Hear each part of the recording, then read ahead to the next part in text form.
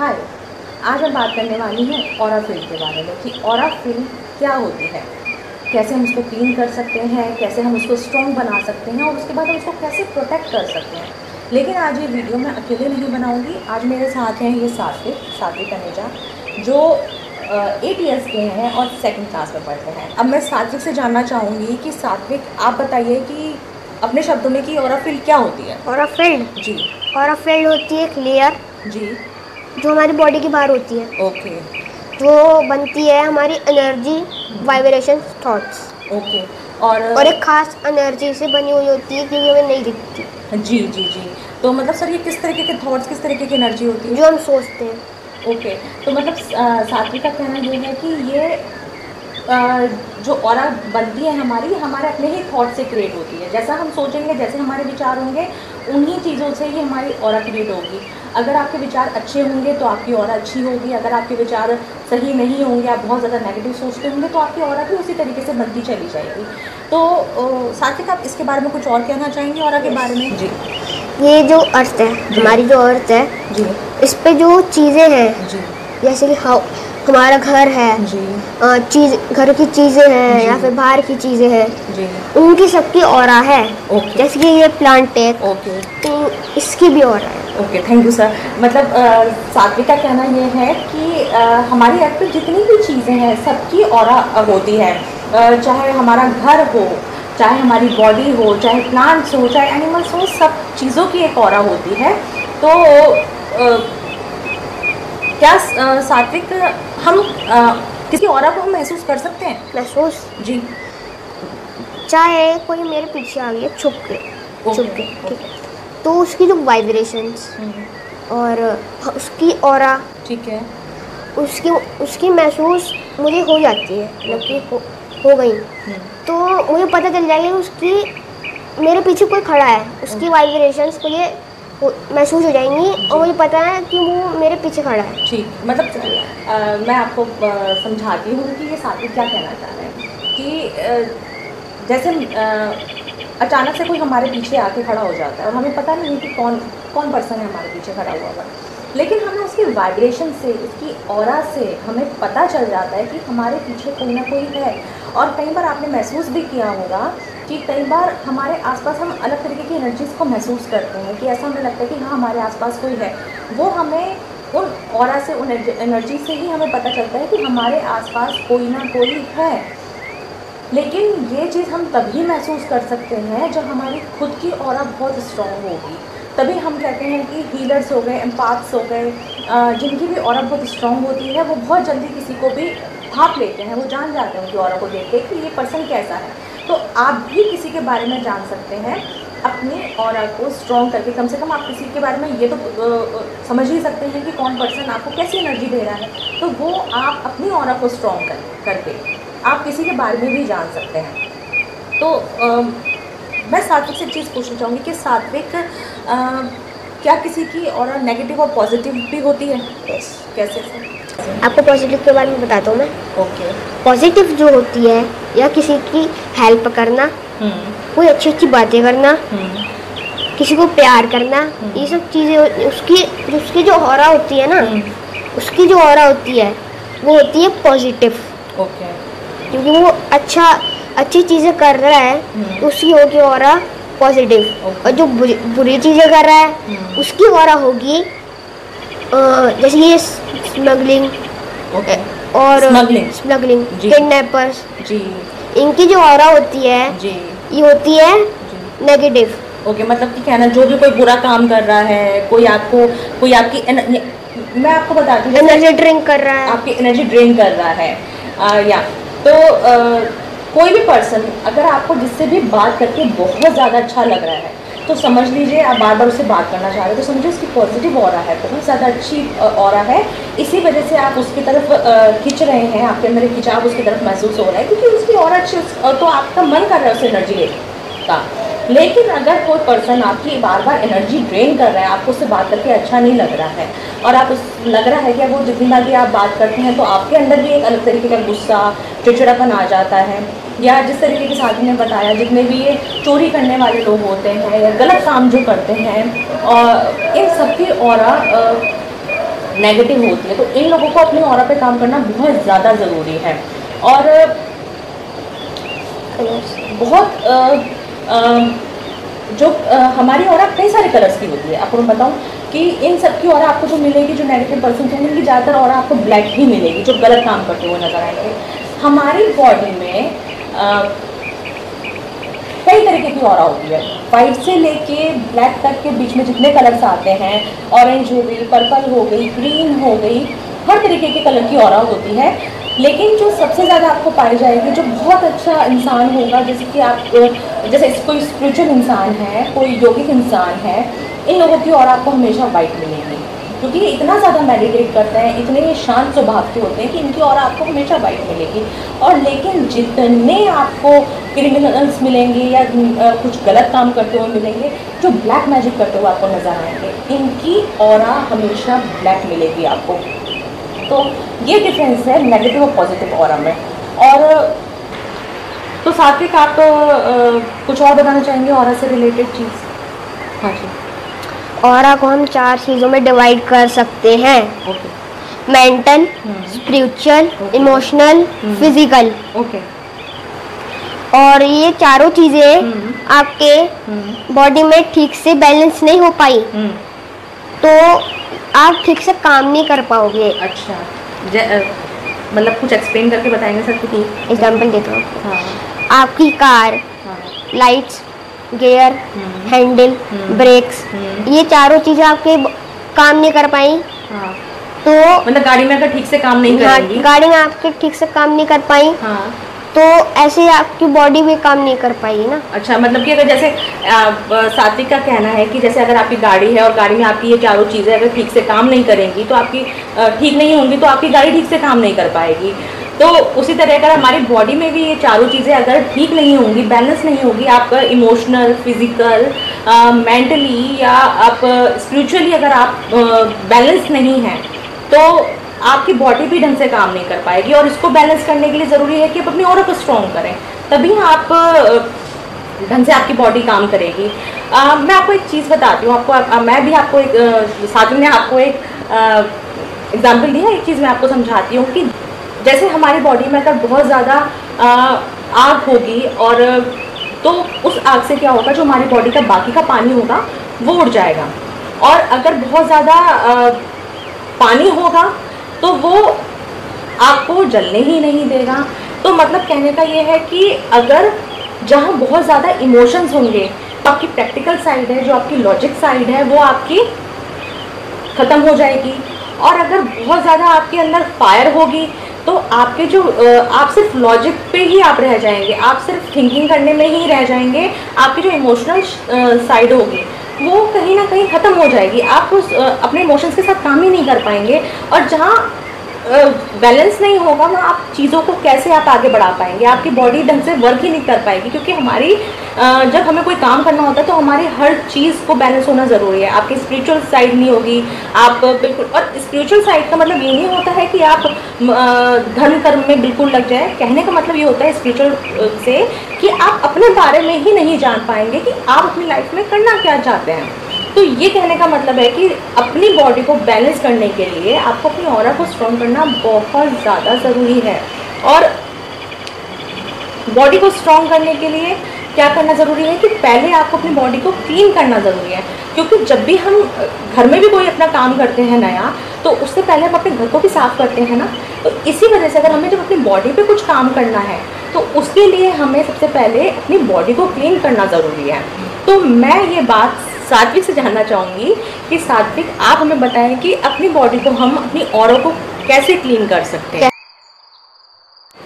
तो अब हमें सात्विक बताएंगे कि सात्विक अपनी बॉडी की ऑरा को क्लीन करने के लिए हमें क्या करना चाहिए। क्या करना चाहिए जी, आपको फर्स्ट पॉइंट है कि अब हमने तब आप नहाते हो जी, उस पानी में जी, पिंक सॉल्ट डाल दो। ओके, मतलब पिंक सॉल्ट डाल के आप उससे नहा सकते हैं, तो वो आपकी बॉडी की ऑरा को क्लीन करने में हेल्प करते हैं। जी, थर्ड पॉइंट है, सेकंड पॉइंट है ये कि आप अपने सन में विजुलाइज कर सकते हो जी जी कि आपकी ऑरा क्लीन हो गई, मतलब सन की लाइट में, सन की लाइट में जी सन की लाइट में, मतलब खड़े होके हम विजुलाइज कर सकते हैं कि सन की जो लाइट हमारे ऊपर पड़ रही है उससे हमारी ऑरा क्लीन हो रही है। और कोई तरीका सर? और कोई तरीका है?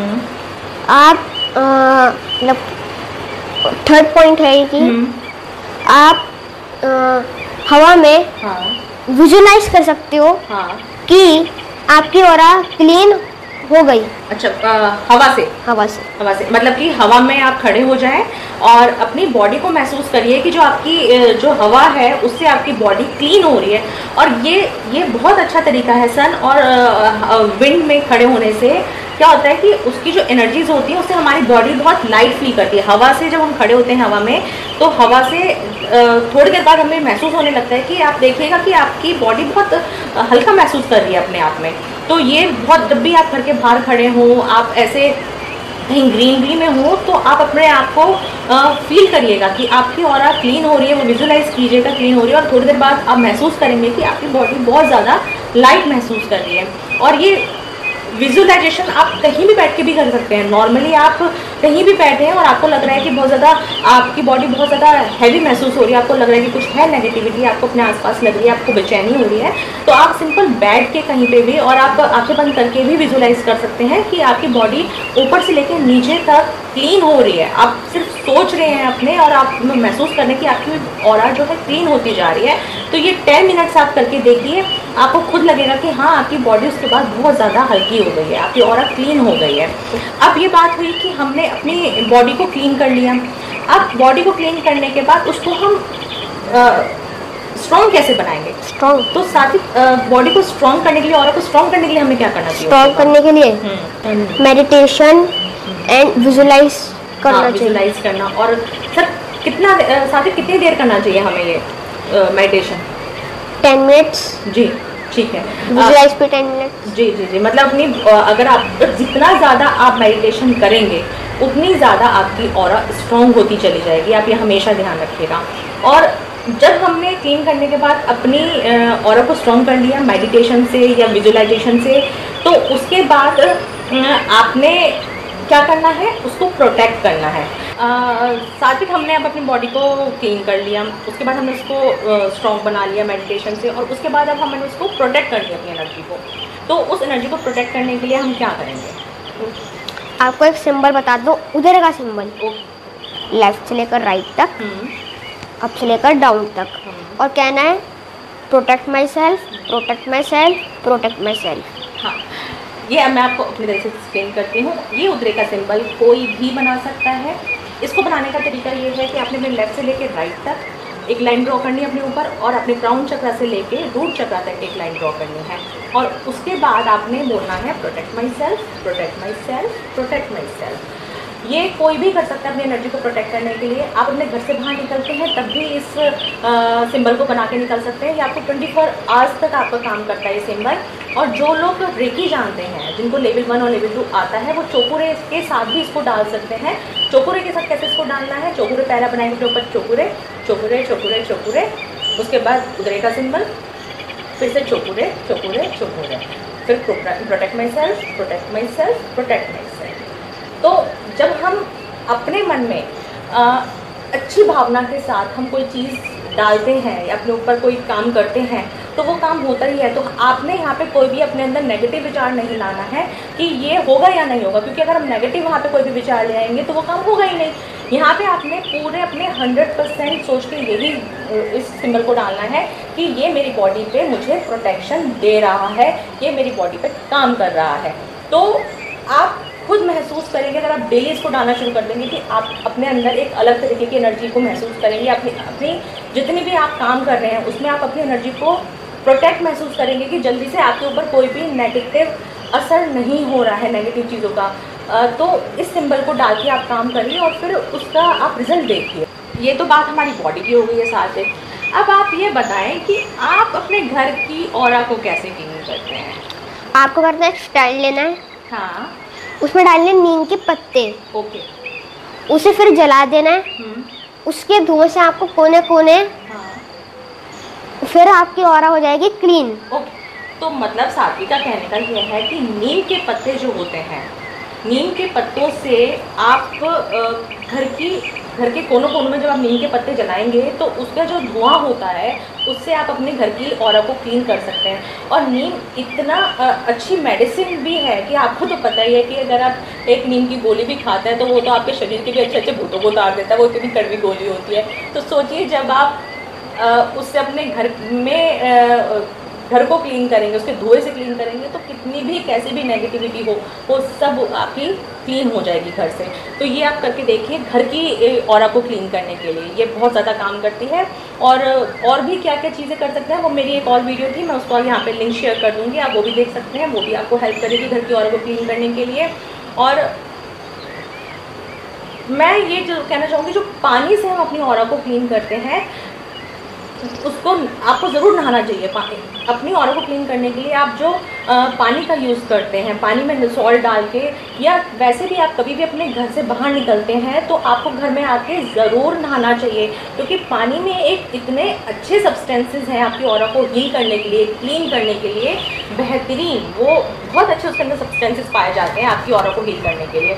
तो घर आके ज़रूर नहाना चाहिए। घर से बाहर जाते हैं सुबह मॉर्निंग में तो वो हम इसीलिए कहते हैं कि सुबह या मॉर्निंग में इसलिए नहाइए क्योंकि जो हमारी रात तक की जितनी नेगेटिविटी होती है, जितनी एनर्जीज होती है हमारी, वो क्लीन करने के लिए हम सुबह मॉर्निंग में नहाते हैं। और जब हम कहीं बाहर से आते हैं वो इसलिए कहा जाता है नहाने के लिए क्योंकि जितने हम बाहर लोगों से मिलकर आए हैं उनकी नेगेटिविटी हमारे अंदर बॉडी में ना जा पाए, इसलिए हमें नहाना ज़रूरी होता है किसी भी लोग बाहर से आने के बाद।